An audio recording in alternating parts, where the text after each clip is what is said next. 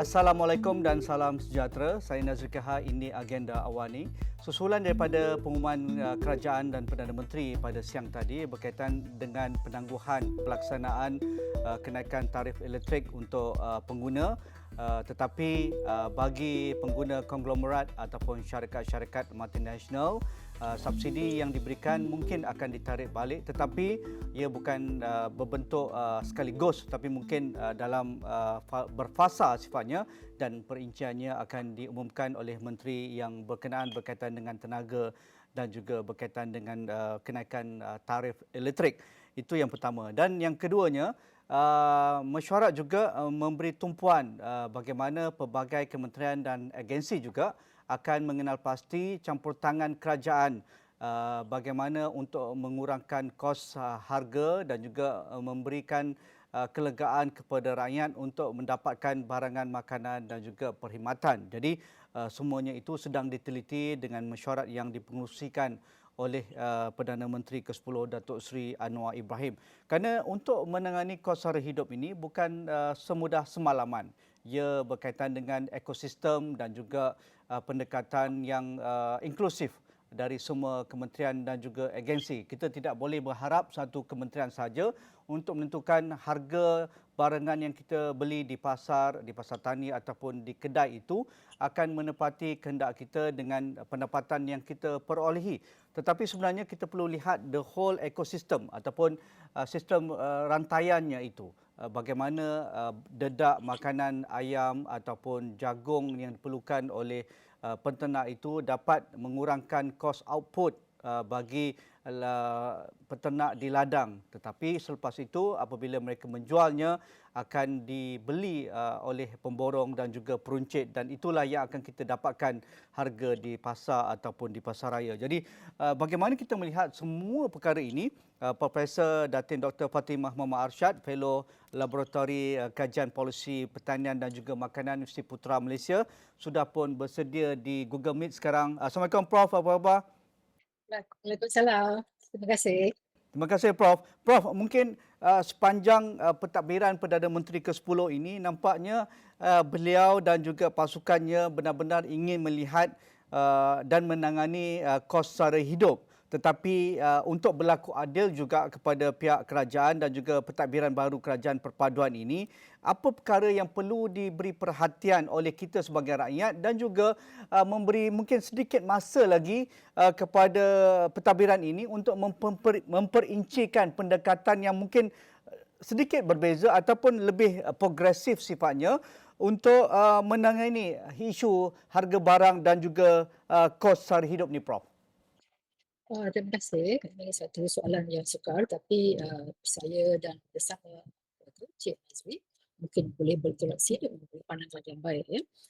Yang pertama, menangguhkan bayan elektrik itu sangat tepat masanya, dan saya ingin ingatkan semula bahawa kita masih lagi dalam mode krisis ataupun dalam situasi krisis. Walaupun tidak begitu beruncing seperti sebelumnya, tapi kita masih lagi mengalami masalah harga, masalah kenaikan harga petrol dan juga inflasi, menurun daripada 45 kepada 400, tapi itu masih lagi tinggi. Jadi untuk menangani kos sara hidup ni, seperti biasa kita ada langkah jangka masa pendek dan jangka masa panjang. Sebelum kita meneliti langkah-langkah ini, kita lihat premis mengapa kita perlu bantu rakyat, rakyat miskin terutamanya, untuk menangani kos hidup. Kerana ada beberapa pihak mengatakan kita tak perlulah buang subsidi banyak sangat kepada B40 ataupun mereka yang telah terjebak kepada V40. Tapi saya ingin menekankan bahawa mereka adalah golongan terbesar rakyat, dan beberapa kajian menunjukkan mereka bermasalah seperti anak bantuk, 1/5 bantuk di Putrajaya pun bantuk, dan 30% di Kelantan, Terengganu, Sabah dan Sarawak. Jadi tanpa sokongan, tanpa bantuan kerajaan, ini akan menjejaskan masa depan mereka. Dan juga kalau kita tak bantu rakyat miskin, ini bererti kita akan mengalami liability ataupun tanggungan yang besar di masa hadapan. Kalau tak percaya, singkat balik bagaimana Arab Spring berlaku. Arab Spring berlaku ada juga revolusi di Indonesia. Misalnya di Indonesia bermula dengan masalah makanan, makanan tak cukup. Dan jangan lupa Ceylon. Ceylon ataupun Sri Lanka yang satu masa dahulu adalah negara yang termaju yang kita bangga, tapi hampir-hampir bankrupt kerana korupsi dan juga kerana kekurangan makanan dan salah mengatur pengeluaran makanan mereka. Jadi kita sangat, ujar saya adalah kita sangat-sangat perlu membantu si miskin supaya ekonomi kita adalah setara, dan jangan lupa mereka mengambil peratus yang banyak, si miskin dan juga MSME, iaitu usahawan mikro, kecil dan sederhana. Mereka mengambil hampir lebih daripada 23 daripada perusahaan di Malaysia. Jadi mereka adalah satu force yang tenaga yang besar. Jadi kalau kita membantu mereka, ekonomi akan bergerak, ya. Jadi pada pandangan saya untuk mengatasi kos kehidupan yang tinggi ini memerlukan orang kata keseluruhan negara, ya, pemimpin ahli politik, dan saya sangat berilah PM Dato' Sri Anwar serius dalam hal ini, bukan setakat PM, ahli politik, pegawai kerajaan dan juga pengguna, pengeluar, orang tengah dan sebagainya, ya. Jadi untuk jangka masa pendek, kalau bolehlah, kalau ikut saya lah, yang pertama database, ya. Jadi siapakah yang si miskin ini, itu perlu, ya. Siapakah sebenarnya P40, di mana mereka berada, latar belakang mereka kalau boleh lah. Tapi saya lihat sejahtera sudah ada, cuma nak tambah-tambah saja sedikit latar belakang mereka. Dan kita ada e-kasih, mungkin kita combine dan dapatkan database. Sebab nak bagi ini kena kenal pasti dengan betul golongan sasaran, ya. Jadi kerajaan telah mengambil pelbagai langkah, ya, menangguhkan bayaran elektrik, meletakkan harga ayam, subsidi telur, subsidi ayam, pindahan tunai, telah pun dilaksanakan, dan ada beberapa cadangan yang saya rasa mungkin pihak kerajaan boleh laksanakan, iaitu cuba mempertanggungjawabkan pengguna ke atas kehidupan mereka. Ya, mengurangkan beban. Sebagai contoh, kita kembalikan balik, saya suka sangat konsep ini, buku hijau. Maknanya pengguna di bandar ataupun di kampung, ya, boleh tanam apa saja yang boleh ditanam, cabai, baling pun dah hidup, pokok rambutan, baling, buah pun dah hidup, durian pun baling boleh hidup, ya. Jadi itu adalah kelebihan tropika. Buku hijau kita perkasakan, dan community, saya tahu Kementerian MAFI ada program community untuk mereka di bandar, dan ada juga grant diberikan. Kemudian kempen zero food waste, zero food waste. Satu hari kita buang 12,000 tan, bayangkan. Dan boleh dimakan 60%, boleh dimakan oleh orang miskin, tapi kita buang itu saja. Kalau kita pergi kahwin, pergi restoran, pergi kedai mamak, banyak betul yang berlebihan. Jadi kita punya gaya hidup tu perlu diubah, ya. Dan saya pernah menyarankan supaya koperasi di kalangan penghuni rumah pangsa. Untuk Tuan Cik Nazri, bilangan minimum koperasi sekarang sudah turun, bukan lagi 50, 20. Jadi katakanlah contohnya lah, Cik Nazri katalah rumah tangga ada masalah nak jaga anak misalnya, bayangkan kalau dia ada koperasi. Ataupun masalah kekurangan makanan, bayangkan mereka ada koperasi sama sendiri, kan, jadi mereka boleh berkongsi makanan, mensyaratkan penghuni membeli daripada koperasi di apartmen ataupun tempat tinggal. Jadi ini membina ekonomi penghuni, di samping, ya, memudahkan akses kepada makanan dan sebagainya. Mereka tidak digalakkan, tidak dibenarkan membawa ikan ataupun sayur-sayuran dalam bas ataupun dalam train. Jadi mereka kena beli koperasi dekat apartmen mereka. Okey. Itu adalah salah satunya. Ini bercakap pasal kos hidup ni termasuklah kadar faedah pada siapa yang berhutang. Jadi kalau boleh kita mintalah bank tu tolong kejap, kurangkan rendah ataupun tangguhkan bayaran. Maklumlah, ya, mereka perlu rumah dan kurangkan bayaran kadar faedah. Kalau ada bayar insurans misalnya, turunkan kejap sementara waktu. Salah satu cara lah untuk mengurangkan beban, ya. Dan saya baru baca tadi, di Amerika mereka ada program memperkasakan tempatan, local empowerment. Maknanya local empowerment maknanya daerah ataupun mungkin kita bagi kuasa dan power kepada pegawai ataupun agensi untuk memperkasakan pengeluaran setempat. Jadi kita tak perlu dana besar-besar untuk seantero Malaysia, tak perlu. Kecil-kecil dulu. Jadi mereka diberikan dana untuk dibagikan pada yang terpinggir atau yang termiskin untuk membantu pengeluaran, untuk menolong mereka menjual, tolong bawa mereka ke pasaran supaya pengeluaran tempatan meningkat dan akses kepada makanan tempatan dapat dinamikkan, diperkukuhkan ataupun Yap. tingkatkan aktivitinya. Jadi ini adalah salah satu cara kita pelbagaikan kita punya mekanisme ataupun penglibatan itu daripada unit kecil kepada perubahan gelagat pengguna dan juga membantu beban kewangan mereka. Jadi ini adalah di antara banyak senarai jangka masa pendek Okey. yang boleh dilaksanakan. Terima kasih. Perdana Menteri banyak menyatakan berkaitan dengan subsidi kerana subsidi yang diberikan oleh kerajaan dalam semua aspek ekonomi, rantaian ekonomi, sama ada subsidi petrol, subsidi diesel, subsidi bahan asas makanan, subsidi air dan juga tarif elektrik ini memberikan kos yang bukan sedikit kepada kerajaan, hampir 80 bilion. Tetapi kalau kita nak teruskan dengan nilai 80 bilion ini, mungkin banyak perkara berkaitan dengan pembangunan ke negara tidak dapat dilaksanakan kerana nilai subsidi terlampau tinggi. Tetapi untuk jangka masa pendek ini, antara untuk mengekang inflasi, dalam masa yang sama kita ingin mewujudkan subsidi bersasar ini. Jadi di mana mekanisme yang terbaik? Adakah kita perlu lihat sektor-sektor subsidi ini tertentu ataupun kita perlu lihat penerima yang layak itu bagaimana dikenal pasti, seperti mana Prof katakan tadi, melalui e-Kasim, melalui MySejahtera, ataupun bagaimana supaya mungkin kalau kita boleh mulakan dengan subsidi bahan mentah makanan dahulu misalnya untuk ayam, telur dan bahan-bahan asas ini, dan yang tidak mendapat subsidi itu biarlah harga pasaran menentukan kerana kita nak merancakkan juga sektor ekonomi dan juga memberi lebih banyak pilihan kepada para peniaga. Pandangan Prof. Sangat setuju dengan pandangan itu ya. 80 bilion banyak tu ya. Kalau bina universiti, bina kolej, paling banyak kolej kita boleh bina. Betul. Ada dulu Tan Sri Muhyiddin kata kalau kita buat secara bersasar kita boleh mampu menjimat 60 bilion. Kata dia punya anggaran lah. Tapi apapun kalau kita sasarkan kepada kumpulan yang memerlukan, kita bukan sahaja menjimat tetapi terdapat lebihan yang boleh kita gunakan, yang boleh kita inject ataupun masukkan ke dalam ekonomi untuk tujuan pertumbuhan dan apa saja.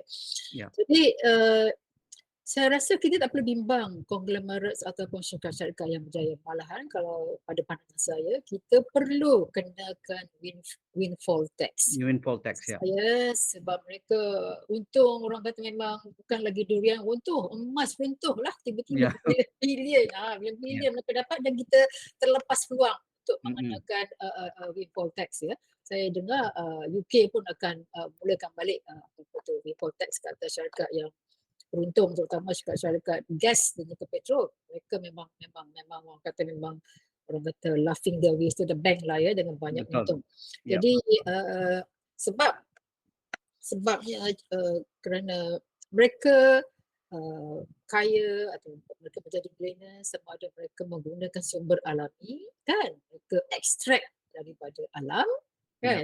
Jadi mereka perlu bayar balik lah. Kalau tidak balik kepada alami, balik kepada kami lah, rakyat-rakyat Melaka ini yang hidup tidak seadanya. Jadi adalah tanggungjawab mereka untuk memberi semangat kepada masyarakat melalui cukai mereka. Okey. Jadi siapakah golongan yang bersasar ini?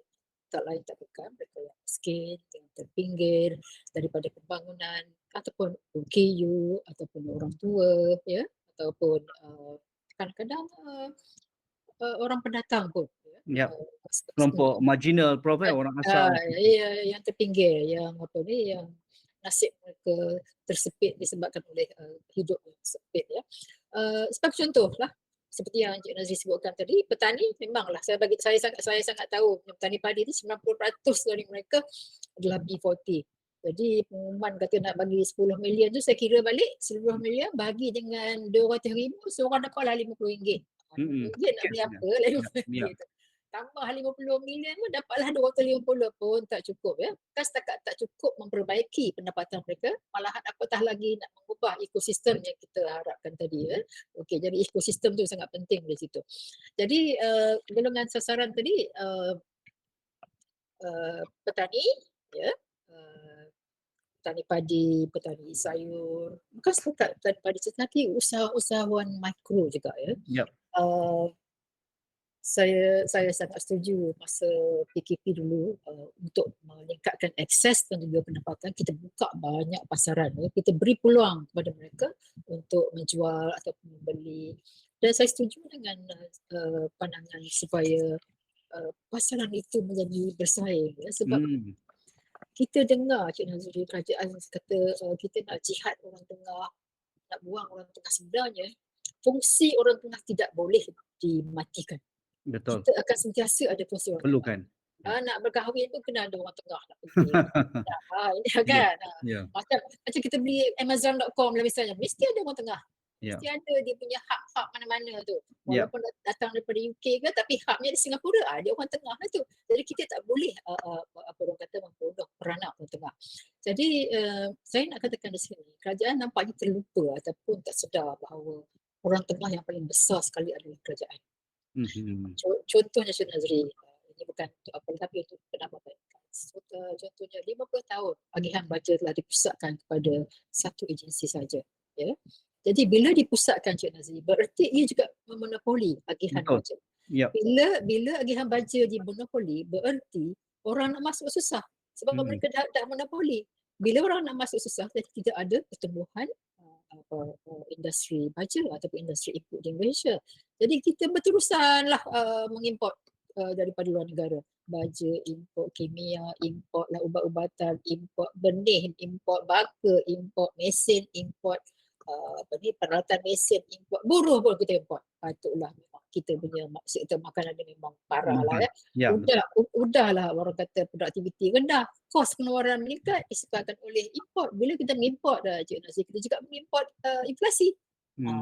Jadi itulah salah satu masalah besar. Jadi memanglah mereka perlu subsidi, tapi saya ingin nyatakan mesti ada tempoh tamat. Sebab subsidi ni dia macam ganja sikit kan. Ya, addicted. Ya.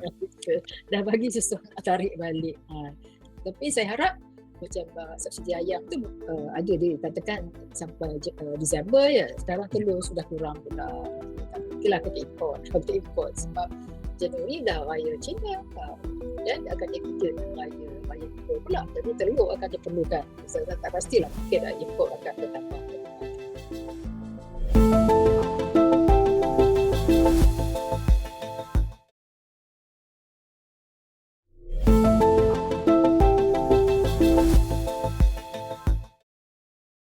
Apa implikasinya jika model subsidi tidak bersasar ini dilanjutkan ataupun kita bermanja-manja ataupun rakyat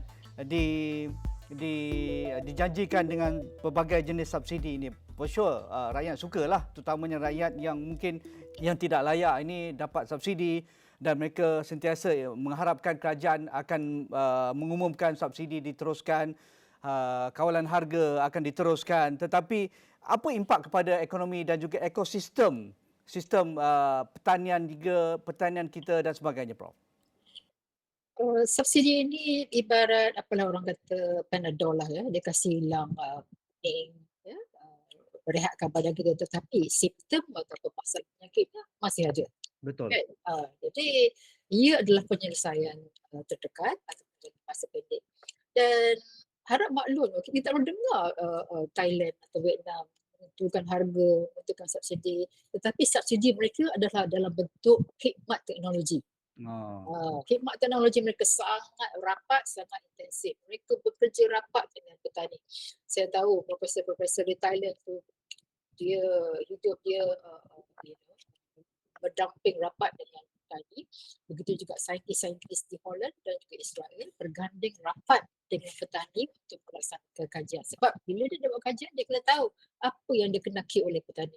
Saya dengar malahan petani yang menulis orang kata statement of problem, research paper tu petani yang tulis, petani yang baca. Bila dah dapat riset, petani baca.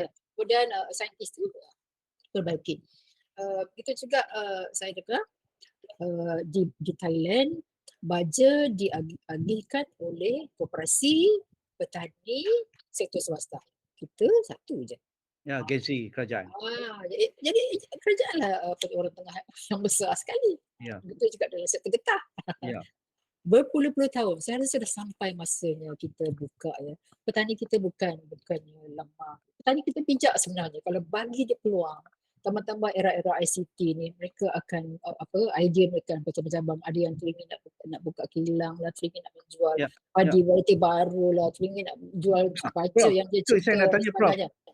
Dalam data terkini, Thailand melepasi Vietnam sebagai pengeksport beras terbesar dunia pada ketika ini. Satu ketika Vietnam menjadi pengeksport terbesar beras dunia, dan kita sedia maklum juga apabila Perdana Menteri ingin membuka seluas mungkin hal berkaitan pengimportan dan juga hal urusan pembelian beras ni ataupun padi dari Bernas itu kepada lebih banyak player ataupun pemainnya, dan disahut baik oleh petani-petani di utara Semenanjung, di Kedah, negeri jelapan padi, kerana mereka mengimbau peranan LPN satu ketika sebelum diswastakan menjadi Bernas, kerana apabila Bernas memasuki pasaran mereka lebih miskin, mereka tidak dapat menjual dengan harga yang lebih baik. Jadi apa pandangan Prof, contoh sektor yang paling penting seperti padi dan beras ini, negara kita ekosistemnya tropika, sama dengan Vietnam, sama dengan Filipina dan juga Thailand, tetapi kita amat terkebelakang. Kita masih memerlukan import untuk stok penimbal kita punya bekalan beras yang menjadi makanan ruji negara kita, Prof. Terima kasih kerana memberitahu bahawa petani kita memiliki aspirasi ya untuk meluaskan perusahaan mereka melewati sawah mereka. Mereka memang kalau kita sembang dengan mereka, mereka teringin nak menjual hasil baru sawah mereka. Contohnya benih baru. Saya ada tulis dalam artikel, tidak tahu dalam apa. Saya minta supaya petani diberikan hak untuk menjual benih. Sekarang ada 9 berbekal dan tak mencukupi. Sudahlah tak mencukupi. Kualiti tak ada yang tak betul ataupun rendah dan lambat sampai. Ini masalah utama yang dihadapi oleh petani padi Cik Nazri, iaitu lewat ya. Contohnya benih padi kadang-kadang lewat, tak berkualiti. Air dah masuk, baja lambat. Kalau mengikut laporan ketua audit, jeda ataupun jarak kelambatan baja dari antara, saya baca laporan audit lah ya, ini bukan data saya, data laporan audit, antara 14 hingga 278 hari. Jadi keserentakan tu tak ada. Itu yang masalah petani padi. Dia kata kadang-kadang dia kata tak payah bagi lain, bagi yang ini serentak sekali je, dia kata memang boleh capai 5-6 tan, tapi memang susah lah. Di sini dah pentingnya ICT tadi ya. Saya teringin melihat bagaimana pengaliran air boleh menggunakan AI ya, supaya serentak. Saya ada dibuat di Cambodia, saya rasa ya, untuk memastikan air masuk serentak gitu gini, memang boleh buat. Okey, kembali pada masalah ekosistem. Ekosistem kita tak sama dengan Thailand dengan Vietnam, Cik Nazri. Kita punya hampir separuh abad. Separuh abad tu berapa? 50 tahun di bawah monopoli. Dulu LPN, sekarang Bernas ya. Bernas seperti yang saya sebut kes tadi lah, orang tengah tadi, yang ini orang tengah swasta 100% monopoli.